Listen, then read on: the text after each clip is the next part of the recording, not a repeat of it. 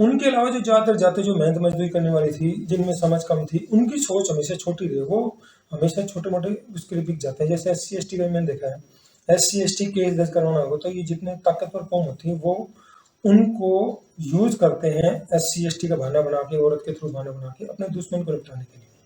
Rape का case दर्ज करवाना, पोस्को पे दर्ज करवा देंगे, दुश्मन को निपटाना, उनके थ्रू SC/ST भी एक्ट भी लग गया और रेप पोस्को भी लग गया।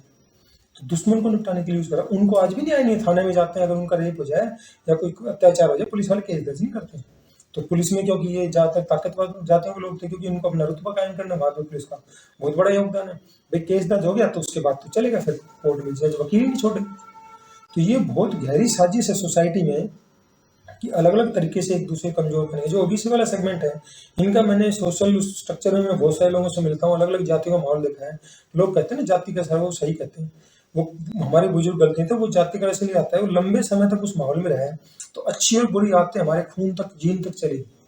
तो बीच वाला जो सेगमेंट है ये थोड़े से पैसे के लिए बिक जाएगा। और दूसरे लोगों ने, वो जो शोषक वर्ग है, ताकतवर है, जिसके हाथ में सत्ता ताकत है, ताकतवर, उसको पता है कि इसकी कमजोरी क्या है।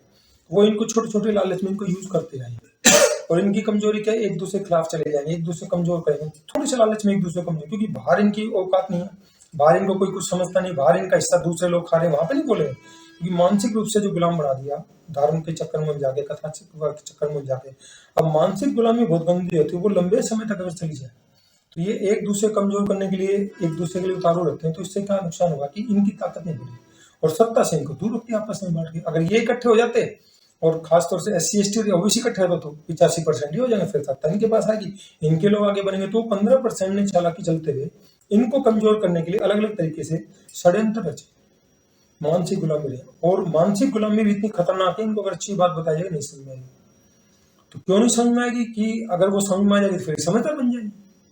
तो फिर ये था ना कि 3% जिनकी जनसंख्या उनके लोग 35% MLA MP बने। तो वो इसलिए बन रहे कि उन्होंने इनको बेवकूफ बनाए रखा। ये अगर समझदार हो गए, एक हो गए तो आ गया। जैसे यादव कम्युनिटी है, मैं देखता था यूपी बिहार साइड, देखा था बिहार में भूमिहार और ये तो ये पिटाई करते थे और कमजोर था। फिर लालू और मुलायम इन्होंने काम किया है, फिर इन्होंने यादव कम्युनिटी को धीरे धीरे उठाया, इनको रोजगार तक पहुंचाया, इनको थोड़ी ताकत आई, संपन्नता आई, फिर इनके साथ जुड़े, इनकी ताकत बनी, मुख्यमंत्री बने, कई बार बने। तो ये भी एक तरह से ताकत के रूप में उभरा। तो इन्होंने पिछड़ों को और कमजोर वर्ग के लोगों को सम्मान दिया।